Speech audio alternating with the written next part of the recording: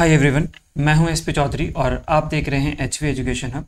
DAC की series के एक नए वीडियो में आप सब लोगों का स्वागत है। आज हम बात करने वाले हैं इसी सीरीज़ के एक और चैप्टर की, जिसमें हम डिस्कस करेंगे क्लास एंड ऑब्जेक्ट के बारे में। ठीक है, लास्ट क्लास में हमने स्ट्रक्चर, एरे, स्ट्रिंग और ये सारे चैप्टर्स हमने देख लिए थे। यदि आप लोगों ने वो वीडियोज़ नहीं देखी है तो एक बार ज़रूर से वो वीडियोज़ ट्राई करें, ठीक है, ताकि आप लोगों के जो पहले के कॉन्सेप्ट है वो सारे क्लियर हो जाएं और ये चीज़ अच्छे से, क्लास एंड ऑब्जेक्ट अच्छे से समझ में आ जाए।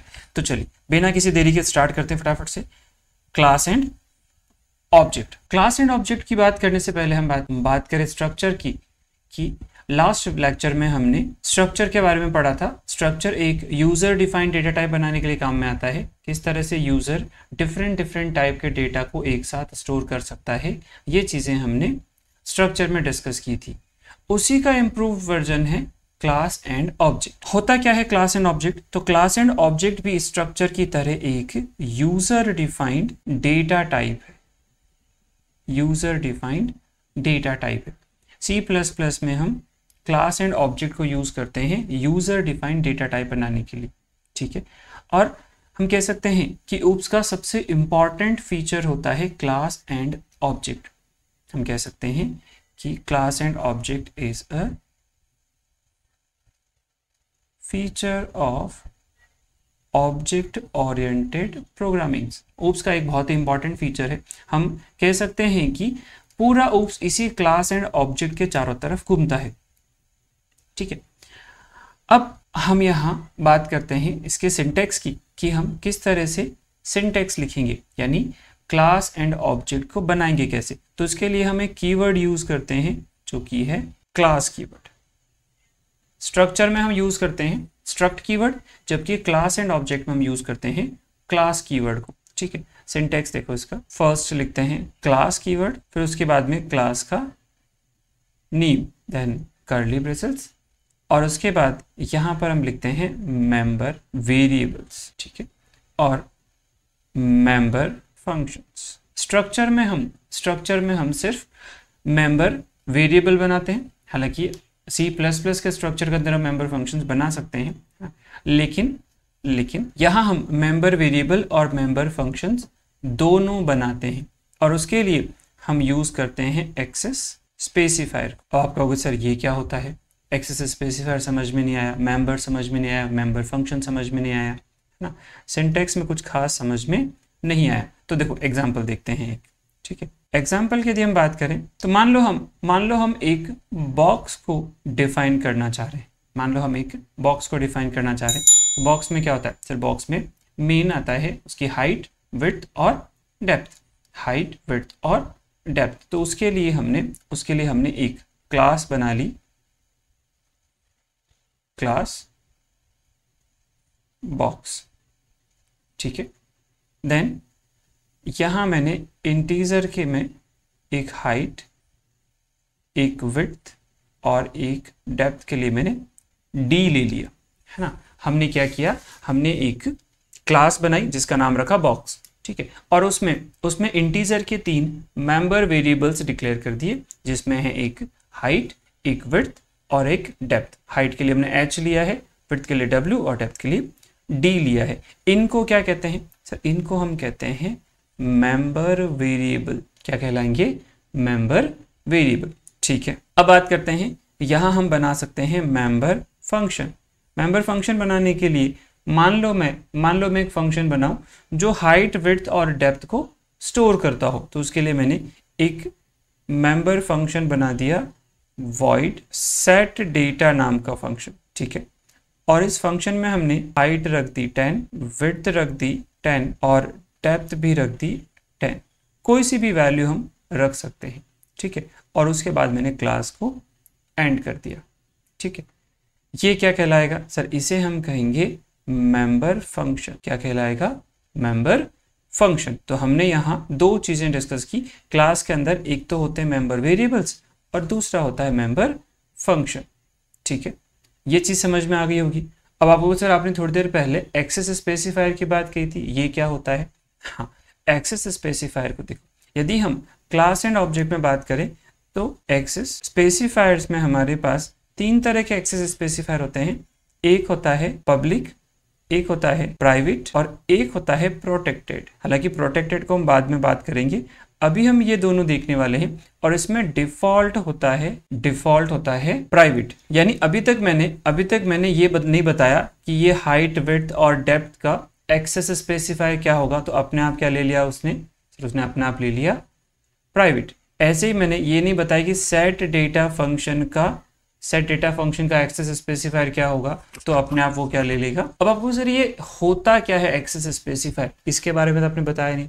बिल्कुल, एक्सेस स्पेसिफायर ही डिसाइड करता है कि क्लास के अंदर बने हुए मेंबर में से कौन सा मेंबर बाहर एक्सेस होगा और कौन सा मेंबर बाहर एक्सेस नहीं होगा, है ना। यानी क्लास के अंदर स्ट्रक्चर में क्या होता था, स्ट्रक्चर में ये होता था कि जो भी चीज आपने स्ट्रक्चर में लिखी उनको हम बाहर कहीं पर भी यूज ले सकते थे। जैसे हमने मेंबर बनाए, हमने ऑब्जेक्ट बनाया, मेंबर को बाहर यूज कर लिया, ठीक है। स्ट्रक्चर इस चीज की हमें फ्रीडम देता है, लेकिन क्लास उसका अपोजिट है। क्लास क्या करता है, क्लास हमें ये फैसिलिटी देता है कि आप जिस डेटा को बाहर एक्सेस करना नहीं चाहो उसको आप रिस्ट्रिक्ट कर सकते हो कि हाँ, हमें ये पर्टिकुलर मेंबर को बाहर एक्सेस नहीं करना है, ठीक है। और जिस डेटा को आप बाहर एक्सेस करवाना चाहते हो उसको हम बाहर एक्सेस करने की परमिशन दे देते हैं, ठीक है। और ये सारी परमिशन कंट्रोल कौन करता है सर, इन सभी को कंट्रोल करता है एक्सेस स्पेसिफायर।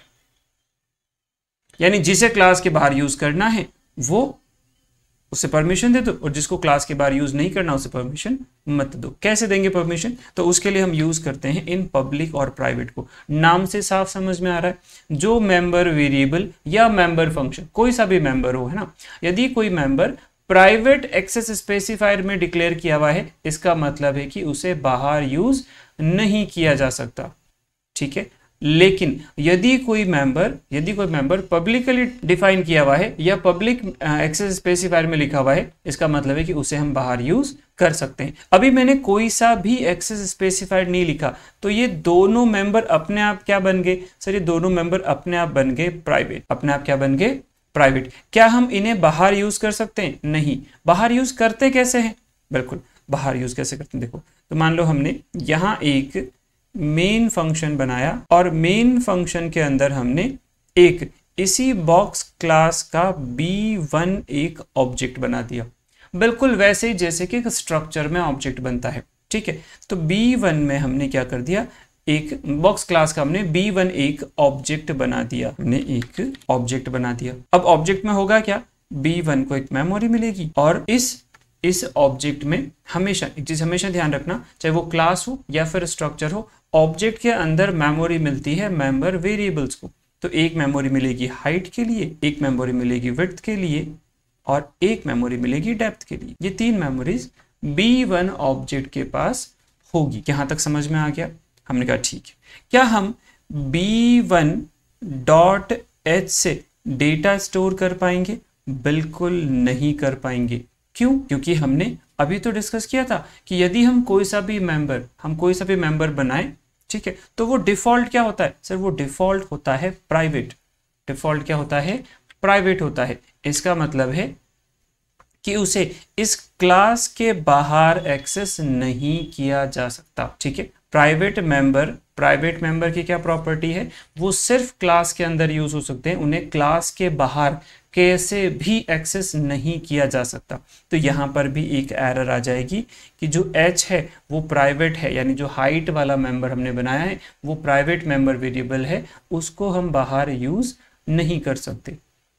हमने कहा ठीक है, अब यूज करना हो तो उस केस में हम उसको क्या करेंगे, उसको हम प्राइवेट की बजाय पब्लिक बना देंगे। कैसे लिखेंगे देखो, तो जिस मेंबर को, जैसे मैं फिलहाल सेट डेटा को क्या करता हूं, प्राइवेट की बजाय पब्लिक बना देता हूं, तो यहां पर लिख देंगे पब्लिक और इसे कॉलन से टर्मिनेट कर। एक्सेस स्पेसिफायर के आगे कॉलन लगता है, कर्ली ब्रैकेट नहीं लगता है। अब जैसे मैंने लिखा पब्लिक, इस पब्लिक के बाद में जितना भी मेंबर लिखे हुए होंगे, चाहे वो मेंबर वेरिएबल हो या मेंबर फंक्शन हो, वो सारे के सारे कैसे डिक्लेयर किए जा सकते हैं सर, वो सारे के सारे डिक्लेयर होंगे पब्लिकली। वो सारे के सारे अपने आप कैसे डिक्लेयर हो जाएंगे, पब्लिक वाले में, यानी हम उन्हें बाहर एक्सेस कर सकते हैं, ठीक है।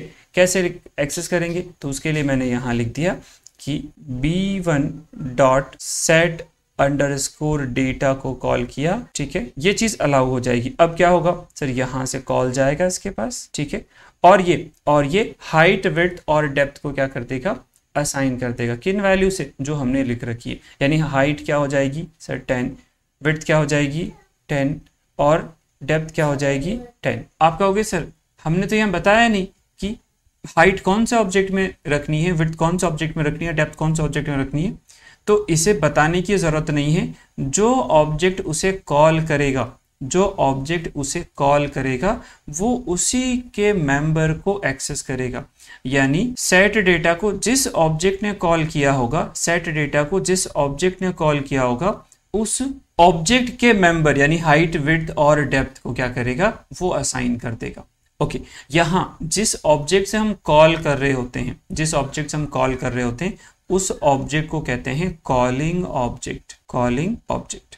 और कॉलिंग ऑब्जेक्ट किसको एक्सेस करता है सर, कॉलिंग ऑब्जेक्ट एक्सेस करता है मेंबर फंक्शन। एक चीज हमेशा ध्यान रखना, जो मेंबर फंक्शन है, क्लास के अंदर बना हुआ फंक्शन है, उसको ऐसे ही कॉल किया जा सकता है। आप डायरेक्ट सेट डेटा लिखोगे तो वो कॉल नहीं होगा, ठीक है, ये सिंटेक्स गलत होगा।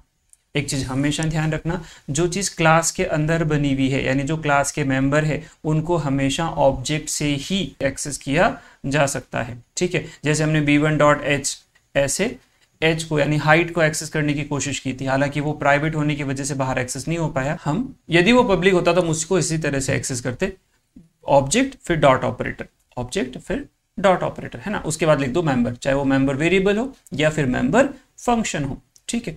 तो ये हमने एक सिंपल सा स्टेप देखा। अब आप सर क्या हमें कभी भी प्राइवेट लिखने की जरूरत नहीं पड़ेगी? बिल्कुल पड़ेगी, क्यों नहीं पड़ेगी। यदि आप लिखना चाहो यहाँ पर प्राइवेट तो लिख सकते हो, कुछ फंक्शंस या कुछ मेंबर बनाए पब्लिक के अंदर, और अब मैं चाह रहा हूं कि मुझे वापस से प्राइवेट डेटा लिखना है, तो क्या मुझे वापस टॉप पे आके लिखने की जरूरत पड़ेगी क्या? नहीं, ऐसा नहीं है। हम यहीं पे वापस से लिख देंगे प्राइवेट, और उसके बाद में जिस मेंबर को प्राइवेटली डिक्लेयर करना है वो यहाँ पर लिख, ठीक है। और ये चीज हम कितनी भी बार रिपीट कर सकते हैं, पहले प्राइवेट फिर पब्लिक फिर प्राइवेट फिर पब्लिक फिर प्राइवेट फिर पब्लिक, ऐसा कितनी बार लिख सकते हैं। क्लास के अंदर ऐसा कोई रिस्ट्रिक्शंस नहीं है क्या पब्लिक को कितनी बार यूज करो या प्राइवेट को कितनी बार यूज करो। ये समझ में आ गया? तो इसी को हम कोड में कन्वर्ट करते हैं, फिर देखते हैं कि कैसे काम कर रहा होगा। तो यहाँ मैंने वही बॉक्स वाली क्लास बना दी और इसमें प्राइवेट में डिक्लेयर कर दिया एक इंटीजर का हाइट, एक विड्थ और डेप्थ, फिर लिखा पब्लिक, और इसमें मेंबर फंक्शन बना दिया जिसका नाम रखा सेट डेटा। और ये सेट डेटा क्या करेगा सर, हाइट की वैल्यू, विड्थ की वैल्यू और डेप्थ की वैल्यू 10 रख देगा। ऐसे एक ही लाइन में हम रख सकते, फिर क्लास को टर्मिनेट कर देंगे। ये इंपॉर्टेंट चीज है, स्ट्रक्चर की तरह C++ में क्लास को भी हमें टर्मिनेट करना होता है। तो हमने यहाँ पर क्या कर दिया, क्लास को टर्मिनेट कर दिया। उसके बाद में नेक्स्ट मेन फंक्शन में चलते हैं और इस बॉक्स क्लास का एक ऑब्जेक्ट बना लेते हैं B1। कुछ भी नाम दे दो, B1, B2, B3, XYZ, जो लिखना चाहो लिख दो। हमने यहाँ पर लिख दिया B1, ठीक है। अब मैं लिखूं B1.h, यानी हाइट को एक्सेस करना चाहें तो एरर आ जाएगी। लिखा हुआ क्या, member box.h declare at the line 5 is inaccessible, ठीक है। यदि मैं इसे रन करूं तो वो हमें प्रॉपर एरर देगा कि जो h है वो प्राइवेट मेंबर वेरिएबल है, उसको हम बाहर यूज नहीं कर सकते। देखो यहाँ लिखा हुआ क्या कि बॉक्स का जो h है वो एक प्राइवेट है, उसको हम बाहर एक्सेस नहीं कर सकते। तो एक चीज हमें ये पता चली कि प्राइवेट मेंबर वेरिएबल को हम बाहर यानी क्लास के बाहर यूज नहीं कर सकते। देखो यहाँ हमने h लिखा है, उसने कोई एरर नहीं दी है, ठीक है। क्यों? क्योंकि हम क्लास के अंदर ही यूज कर रहे हैं उसे, क्लास के अंदर ही यूज कर रहे हैं उसे, ठीक है। इसके बाद बात करते हैं नेक्स्ट, यदि मैं सेट डेटा को कॉल कर दूं तो बिल्कुल कर सकते हैं। मैंने लिखा b1.setData, कोई एरर आई नहीं, हम इसे एग्जीक्यूट करें, कोई एरर नहीं, एग्जीक्यूट हो गया। कंसोल स्क्रीन हमने कुछ प्रिंट नहीं करवाया तो प्रिंट कुछ भी नहीं होगा। अब मैं यहाँ एक और मेंबर फंक्शन बना दूं, मान लो नाम रख देते हैं आउटपुट, नाम रख देते हैं आउटपुट, और आउटपुट में मैं हाइट, विड्थ और डेप्थ को प्रिंट करवा दूं। तो लिख दूं cout height equals to h को प्रिंट कर दें, मैं शॉर्ट में लिख रहा हूं, देन टैब का स्पेस, और ऐसे ही मैं विड्थ और डेप्थ को प्रिंट कर दूं, विड्थ के लिए विड्थ। और अब यहाँ मैं यदि आउटपुट को कॉल करूं b1.output, तो यहाँ पर आउटपुट आ जाएगा जो भी हमने हाइट, विड्थ और डेप्थ में स्टोर करवाया है, मैंने इसे रन किया तो तीनों की वैल्यूज आप, ये समझ में आ गया। अब बात करते हैं इसको एक बार और ट्रेस करके, है ना, डायग्राम के थ्रू कि वास्तव में ये चीज़ काम कैसे कर रही होगी, है ना, किस तरह से ऑब्जेक्ट बना होगा, कैसे मेंबर बना, कैसे उनमें वैल्यूज स्टोर हुई, कैसे वो आउटपुट कर रहा है, ये सारी चीज़ें हम एक बार डायग्राम की हेल्प से वापस समझ लेते हैं। मैंने यहाँ यही वाला कोड कॉपी पेस्ट कर दिया। अब समझो, देखो यहाँ क्या हुआ होगा। सबसे पहले हमने, क्योंकि मेन से स्टार्ट होता है, तो सबसे पहले हमने बॉक्स क्लास का B1 एक ऑब्जेक्ट बनाया। तो B1 को एक मेमोरी मिलेगी और इसमें मेंबर कौन कौन से होंगे सर? मेंबर जो हमने हाइट, विड्थ और डेप्थ बनाया है, तो एक होगा हाइट, एक होगा विड्थ और एक होगा डेप्थ। इन तीनों को मेमोरी मिलेगी, ठीक है। ये एक्सेस हो नहीं सकता, ठीक है। फिर हमने कॉल किया B1.setData को। जैसे हमने इस तरह से लिखा तो यहाँ से ये कंट्रोल भेजेगा setData के पास, और setData क्या करेगा? फिर हाइट, विड्थ और डेप्थ में क्या स्टोर कर देगा? 10 स्टोर कर देगा। हाइट, विड्थ और डेप्थ में 10 स्टोर कर देगा। तो यहाँ पर भी 10, यहाँ पर भी 10 और यहाँ पर भी 10। देन हमने कॉल किया B1.output, तो यहाँ से कॉल करेगा आउटपुट को, और आउटपुट क्या करेगा? हाइट, विड्थ और डेप्थ तीनों को टैब का स्पेस दे करके प्रिंट कर देगा। अब किसके हाइट, विड्थ और डेप्थ? सर जिसने कॉल किया होगा। कॉल कौन कर रहा है? B1 object. तो B1 के हाइट, विड्थ और डेप्थ की जो वैल्यूज है, हाइट, विड्थ और डेप्थ की जो वैल्यूज है वो यहाँ पर प्रिंट कर देगा। मैं इस तरह से हाइट इक्वल्स टू 10, फिर विड्थ इक्वल्स टू 10 और डेप्थ इक्वल्स टू भी 10, कुछ इस तरह का आउटपुट आ जाएगा। अब हम यहाँ जितने ऑब्जेक्ट बनाएंगे उतने डिफरेंट हमारे पास क्या बन जाएंगे? बॉक्स बन जाएंगे। उतने डिफरेंट बॉक्स बन जाएंगे और उनको हम एक्सेस कर सकते हैं। क्लास बनाते ही इसीलिए हैं कि एक जैसे मतलब जैसे बॉक्स एक जैसा है ना, तो बॉक्स जैसे बहुत सारे बॉक्स हमें स्टोर करने हो, या उनकी वैल्यूज या उनकी जो हाइट, विड्थ और डेप्थ है वो हमें स्टोर करने हो, तो उसके लिए हम ऑब्जेक्ट बनाते जाएंगे। जैसे मैंने B1 बनाया तो एक बॉक्स आ गया, B2 बनाए तो एक और बॉक्स आ जाएगा, B3 बनाए तो एक और बॉक्स आ जाएगा। लेकिन यहाँ हम बात करें कि हमने यहाँ जितने भी बॉक्स बनाए, जैसे मान लो अभी हम बात करें, वापस चलते एक बार प्रोग्राम पे और एक बार प्रोग्राम को वापस देखें, जिसमें हम बात करें कि B1 हमने एक ही ऑब्जेक्ट बनाया अभी तक। मान लो मैं B2 बनाता तो हमने यहाँ पर एक और B2 ऑब्जेक्ट बनाया। अब मैं B2.setData को कॉल करूँ और B2.output को कॉल करूँ, क्या आउटपुट आएगा? सर B1 setData को कॉल करेगा, तो ये क्या करेगा? हाइट, विड्थ और डेप्थ में 10 स्टोर कर देगा। किसके? जिसने कॉल किया, यानी B1 के, ठीक है। जब दोबारा B2 कॉल करेगा setData को, तो यही setData वापस से हाइट, विड्थ और डेप्थ में क्या रख देगा? सर 10 रख देगा। किसके हाइट, विड्थ और डेप्थ? सर इस बार B2 ने कॉल किया है तो B2 की हाइट, विड्थ और डेप्थ को 10 से असाइन कर देगा। देन उसके बाद आउटपुट करेंगे तो B2 का आउटपुट 10 यानी उसकी भी हाइट, विड्थ और डेप्थ क्या हो जाएगी? 10, और B1 की हाइट, विड्थ और डेप्थ भी क्या हो जाएगी? 10 हो जाएगी। यानी दोनों सेम आंसर आने चाहिए। देखो रन करके देखिए, ये B1 पहले प्रिंट कर रहे हैं B1.output से, और B2 इसमें भी हम क्या कर रहे हैं? B2.output से उसकी हाइट, विड्थ और डेप्थ को प्रिंट कर रहे हैं। अब दोनों क्या है? सर दोनों ऑब्जेक्ट की वैल्यूज है एक जैसी, है ना। क्या एक जैसी वैल्यूज हमें स्टोर करवाने की जरूरत पड़ती है? क्या नहीं सर, दो ऑब्जेक्ट में स्टोर करवाने की जरूरत नहीं है। उसके लिए तो B1 सफिशिएंट है। B2 एक अलग बॉक्स है तो उसकी हाइट, विड्थ और डेप्थ भी क्या होनी चाहिए? सर अलग अलग होनी चाहिए। लेकिन ये फंक्शन तो नहीं रख सकता, क्योंकि फंक्शन में कैसे लिखें कि B1 कॉल करे तब ये रखना, B2 कॉल करे तब ये रखना वैल्यू? नहीं। तो हम क्या करते हैं? हम उसमें पैरामीटर्स पास कर देते हैं। मैंने यहाँ setData के अंदर इस तरह से लिख दिया कि int एक x ले लेते हैं वैल्यू, एक y ले लेते हैं और एक z ले लेते हैं। हमने setData में क्या कर दिया? सर हमने setData में वैल्यूज मंगवा ली। कितनी वैल्यू मंगवाई? सर 3 वैल्यूज मंगवा दी। और यहाँ पर हम क्या करें? सर हम हाइट में स्टोर कर देते हैं x की वैल्यू, वहीं विड्थ में स्टोर कर देते हैं y की वैल्यू, और डेप्थ में स्टोर कर देते हैं z की वैल्यू। हमने इस तरह से तीनों वैल्यूज को स्टोर करवा दिया। पहली वैल्यू हाइट में, दूसरी वैल्यू विड्थ में, तीसरी वैल्यू डेप्थ में। अब जब हम setData को कॉल करेंगे, यहाँ से setData को यहाँ से कॉल करेंगे तो वो हमसे वैल्यूज पूछेगा। लिखा हुआ है कि x, y और z। एरर क्या आ रही है? तो एरर देखो, ये कह रहा है too few argument in function call. Function call के अंदर आर्ग्यूमेंट हमने कम भेजे हैं। कम क्या? हमने भेजे ही नहीं है। क्यों? क्योंकि setData को अब 3 आर्ग्यूमेंट चाहिए, x, y, z, 3 वैल्यूज चाहिए, और हमने एक भी नहीं दी। चलो वैल्यूज भेज देते हैं। पहले यानी D1 के लिए मैंने 10, 20, 30 भेज दिया, हाइट, विड्थ और डेप्थ। ऐसे ही हमने B2 के लिए वैल्यू भेज दी 15, 25 और 35। इस बार हमने हाइट, विड्थ और डेप्थ क्या होना चाहिए ये हमने फंक्शन को कॉल करते टाइम भेज दिया। ठीक है, अब मैं इसे रन करूं, देखो h1 की हाइट, विड्थ और डेप्थ अलग आ रही है और h2 की हाइट, विड्थ और डेप्थ अलग आ रही है। तो हमें यदि एक ऑब्जेक्ट में अलग अलग वैल्यूज असाइन करवानी हो तो उसके लिए हम उस मेंबर फंक्शन के अंदर आर्ग्यूमेंट पास करते हैं। ठीक है, तो हमने यहाँ पर एक्स वाई जेड 3 पैरामीटर्स लिए और उनमें जो वैल्यू स्टोर करवानी है जिस ऑब्जेक्ट में, ठीक है, वो वैल्यूज वो ऑब्जेक्ट कॉल करते टाइम अपने आप भेजेगा। जैसे B1 ने सेट डेटा को कॉल किया तो वो अपनी वैल्यूज भेज देगा, और B2 ने सेट डेटा को कॉल किया तो वो अपनी वैल्यूज भेज देगा, और जो वैल्यू सेट डेटा को मिलेगी वही वैल्यूज वो हाइट, विड्थ और डेप्थ में स्टोर करवा देगा। ठीक है, तो इस तरह से क्या हुआ सर, इस तरह से हमें एक ये कह सकते हैं कि एक अलग से फंक्शन बनाने के बजाय एक ही फंक्शन में डिफरेंट वैल्यूज असाइन करने के लिए, हर एक ऑब्जेक्ट के लिए डिफरेंट वैल्यूज असाइन करने के लिए हमने आर्ग्यूमेंट पास कर दी। राइट, यहाँ तक सबको समझ में आ गया होगा, इसमें किसी को कुछ भी समझ में नहीं आया। अब एक और कॉन्सेप्ट देखते हैं, मैं इस वाले कोड को PDF में पेस्ट कर देता हूँ। आपको ये वाली PDF जिसमें मैं कोड लिख रहा हूँ, वैसे आप पिछले वीडियोस को फॉलो कर रहे हैं तो आप सब लोगों ने देखा होगा कि आपको हर लेक्चर की PDF मिलती रहेगी। जो मैं ये लिख रहा हूँ वो चीज़ें आपको PDF के फॉर्म में मिल जाएगी।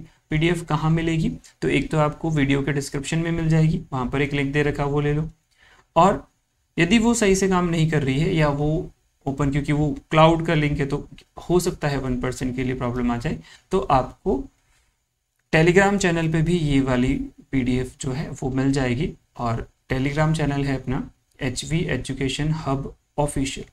ठीक है, मैं आपको नेम मेंशन कर दूंगा स्क्रीन पे।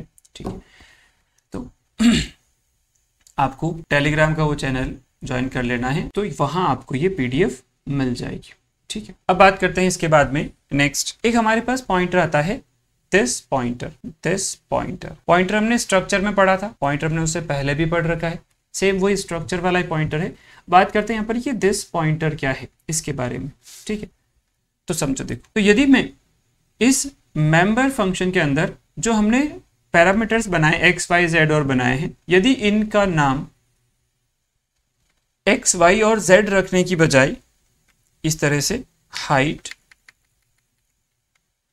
विड्थ और डेप्थ रख दूं, ठीक है, तो इसमें हम हाइट में स्टोर करवाते हाइट, विड्थ में स्टोर करवाते विड्थ और डेप्थ में स्टोर करवाते डेप्थ। ठीक है, मैंने इस तरह से ले लिया। अब यहाँ प्रॉब्लम ये आ रही है कि कौन सा वाला मेंबर वेरिएबल है और कौन सा वाला पैरामीटर्स है। देखो, फंक्शन के लिए ये हाइट, विड्थ और डेप्थ जो हमने यहाँ लिखे, कहाँ पर, पैरामीटर्स में, है ना, ये जो हाइट, विड्थ और डेप्थ लिखे हुए हैं ये क्या होंगे सर, ये होंगे लोकल वेरिएबल कह लो। पैरामीटर सारे क्या होते हैं, लोकल वेरिएबल्स होते हैं। अब एक चीज हमेशा ध्यान रखना, जब लोकल वेरिएबल का नाम और मेंबर वेरिएबल का नाम सेम हो जाता है तो उस सिचुएशन को हम कहते हैं मेंबर वेरिएबल्स की ओवरराइडिंग। क्या कहलाता है, मेंबर वेरिएबल की ओवरराइडिंग। क्या होती है मेंबर वेरिएबल की ओवरराइडिंग, तो मेंबर वेरिएबल की ओवरराइडिंग होती है जब मेंबर वेरिएबल और लोकल वेरिएबल के नेम क्या हो जाएं सर, इन दोनों के जो नेम है यदि वो सेम हो जाएं तो उसे हम क्या कहते हैं, मेंबर वेरिएबल की ओवरराइडिंग।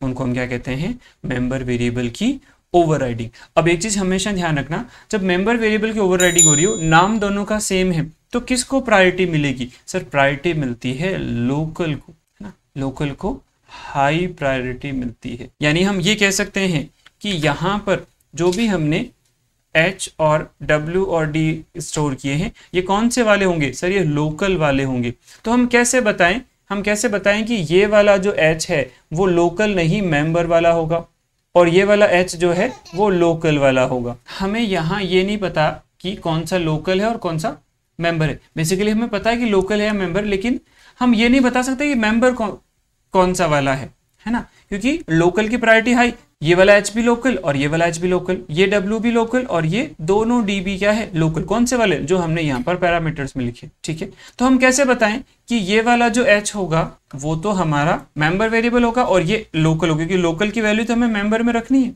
ना। तो उसके लिए हम जब भी हमें ऐसी सिचुएशन आ जाए जहां पर हमें मेंबर वेरिएबल को स्पेसिफिकली बताना पड़े कि भाई ये वाला मेंबर वेरिएबल है, ठीक है, तो उसके लिए हम यूज करते हैं इस दिस को किसे यूज करते हैं, दिस को यूज करते हैं, लिखेंगे दिस एरो एच, फिर दिस एरो W और दिस एरो D, क्योंकि हमें पता है कि पॉइंटर से मेंबर को यूज करने के लिए एरो ऑपरेटर यूज करते हैं, पॉइंटर से मेंबर को एक्सेस करने के लिए एरो ऑपरेटर यूज करते हैं, इसलिए हमने this arrow H, this arrow W, this arrow D लिखा। ये समझ में आ गया। तो ये हम लिखते क्यों हैं सर, ये हम इसलिए लिख रहे हैं ताकि हम ये बता सकें कि ये जो दिस के साथ लिखा हुआ H है वो कौन सा वाला H है सर, मेंबर वेरिएबल वाला, और जो डायरेक्ट लिखा हुआ वो कौन सा है सर, वो लोकल वेरिएबल वाला, ताकि नेम में हमें कंफ्यूजन नहीं हो। देखो इसको रन करते हैं, हालांकि आंसर सेम ही आना है जो थोड़ी देर पहले अभी आया था, कुछ इस तरह से। इसको एक बार और डायग्राम से समझते हैं। जैसे यहाँ पर B1 से कॉल किया इस सेट डेटा को, ठीक है, तो एक H बनेगा, एक W बनेगा और एक D बनेगा। H यहाँ पर लोकल वेरिएबल है, W भी लोकल है और D भी लोकल है, और इनमें वैल्यू कौन सी स्टोर हो जाएगी, जो हमने आर्ग्यूमेंट में भेजी, यानी 10, 20 और 30। तो यहाँ पर आ गया 10, यहाँ पर आ गया 20, यहाँ पर आ गया 30। अब हमें करना क्या है सर, हमें B1 के पास जो H, W और D होगा उसमें स्टोर करवाने हैं। तो जो हमारा B1 ऑब्जेक्ट होगा उस B1 के पास एक हाइट का H है, W का यानी विड्थ का W है, डेप्थ का D है, ठीक है। तो हमने यहाँ कहा कि दिस एरो H यानी जो मेंबर जो कॉल कर रहा है हमें, जो कॉल कर रहा है हमें, या हम कह सकते हैं कि जो मेंबर वेरिएबल H है उसमें इस लोकल H की वैल्यू स्टोर करवा दो, ठीक है। तो मेंबर वेरिएबल कौन सा, ये वाला, तो इसमें वैल्यू स्टोर हो जाएगी इस H की जो कि 10 है। फिर हम कहेंगे मेंबर वेरिएबल W में इस W की वैल्यू यानी लोकल वाले W की वैल्यू स्टोर करवा दो, तो 20 स्टोर हो जाएगा इसमें, यानी यहाँ D के अंदर स्टोर करवा दो इस वाले D की 30, तो ये स्टोर हो जाएगा 30। समझ में आ गया, ये दिस पॉइंटर का यूज है। अब आपको सर ये काम करता कैसे है, दिस पॉइंटर काम कैसे करेगा, कैसे पता है इसको कि इसको H को यूज करना है। देखो दिस पॉइंटर की जो एग्जैक्ट वर्किंग है वो ये है कि जो दिस पॉइंटर है वो स्टोर करता है एड्रेस। किसका एड्रेस, यहाँ समझो, हम यहाँ B1 से कॉल कर रहे हैं, किसको सर, B1 से कॉल कर रहे हैं सेट डेटा को। कितने आर्ग्यूमेंट भेज रहे हैं सर, 10, 20 और 30, 3 आर्ग्यूमेंट भेज रहे हैं, 3 नहीं, यहाँ पर हम टोटल 4 आर्ग्यूमेंट्स भेज रहे हैं। एक B1 भी अपना एड्रेस भेजता है, B1 भी अपना एड्रेस भेजता है एज एन आर्ग्यूमेंट, ठीक है। यानी कॉलिंग ऑब्जेक्ट भी क्या करता है सर, कॉलिंग ऑब्जेक्ट भी जाता है आर्ग्यूमेंट की तरह, बिल्कुल उसे जाना ही पड़ेगा। क्यों जाना पड़ेगा, क्योंकि इस फंक्शन को यहाँ बैठे हुए थोड़ी पता चलेगा कि किसने कॉल किया है ना। तो कैसे भी करके B1 की इंफॉर्मेशन उस फंक्शन के पास होनी चाहिए, है ना, कि भी उसे कॉल कर कौन रहा है। तो ये चीज वो क्या करता है, अपना एड्रेस भेज देता है। और ये एड्रेस किस में जाकर के स्टोर होता है सर, ये एड्रेस जाके स्टोर होता है इस दिस में। किसका एड्रेस स्टोर होगा सर, B1 का, यानी कॉलिंग ऑब्जेक्ट का। तो बेसिकली दिस का मेन काम क्या है सर, इसका मेन काम है it will store address of calling object. जो भी ऑब्जेक्ट कॉल करेगा उसका एड्रेस किस में जाके स्टोर होगा सर, दिस में जाके स्टोर होगा, ठीक है। और हम ये मेंबर किसके यूज कर रहे हैं सर, उसी कॉलिंग के यूज कर रहे हैं। तो दिस अपने आप जिसका एड्रेस है उसके मेंबर अपने आप आ जाएंगे, तो लिखा दिस एरो H, तो यहाँ पर आ गया एक मेंबर, ठीक है। तो ऐसे हम इसे यूज करते हैं। यहां तक समझ में आ गया। तो ये था क्लास एंड ऑब्जेक्ट के बारे में कुछ बेसिक, और उसके साथ ही हमने पढ़ा दिस पॉइंटर कैसे काम करता है, मेंबर फंक्शन कैसे काम करते हैं, ये सारी चीजें। एक वीडियो इसका आपको और मिलेगा, ठीक है, क्योंकि पूरा क्लास एंड ऑब्जेक्ट जो है वो इसमें कवर नहीं हो पाएगा, और मैं वीडियो की ज़्यादा लेंथ नहीं हूँ, इसलिए मैं 30 मिनट के आसपास का वीडियो बना रहा हूँ कि उससे कम में ही होना चाहिए, एक्सीड नहीं करे, ठीक है। तो 30 मिनट से कम के वीडियो में हम इसको समझेंगे, तो हम 2 वीडियो बना लेते हैं। एक हमने ये बना लिया, एक हम और वीडियो लेंगे जिसमें हम डिस्कस करने वाले हैं कि कंस्ट्रक्टर क्या होता है, कैसे काम करता है, डिस्ट्रक्टर क्या होता है, कैसे काम करता है, ये सारी चीज़ें, ठीक है। तो आज के लिए इतना ही, नेक्स्ट मिलते हैं अगले वीडियो में, तब तक के लिए थैंक यू सो मच।